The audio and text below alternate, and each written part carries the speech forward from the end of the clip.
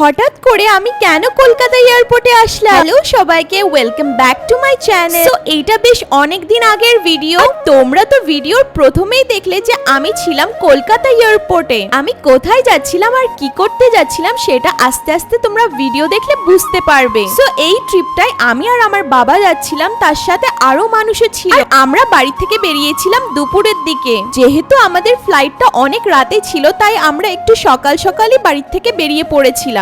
এইখানে দেখো বন্ধুরা, তোমাদের সাথে কথা বলতে বলতে আমি কিন্তু এয়ারপোর্টে পৌঁছেও গেছি। সেই দিন ভীষণ ভীষণ গরম ছিল, তোমাদের বলে বোঝাতে পারবো না। আর আমি কিন্তু খুব স্পেশাল জায়গায় যাচ্ছিলাম। এয়ারপোর্টে পৌঁছানোর সাথে সাথে আমি একটু ফ্রেশ হয়ে নিলাম। দেন প্রায় ৩-৪ ঘন্টা এয়ারপোর্টে অপেক্ষা করার পর আমাদের চেক ইন করার টাইম চলে আসলো। এতক্ষণ যে এয়ারপোর্টে কি করব বুঝতে পারছিলাম না, কিন্তু ফ্লাইটে ওঠার আগে আমাদের সাথে এমন একটা কিছু ঘটবে আমি কখনো ভাবতেই পারিনি। আর আমাদের সাথে কি ঘটলো সেটা জানার জন্য সেকেন্ড পার্টটা দেখতে হবে। তার জন্য চ্যানেলটিকে সাবস্ক্রাইব করে দিন।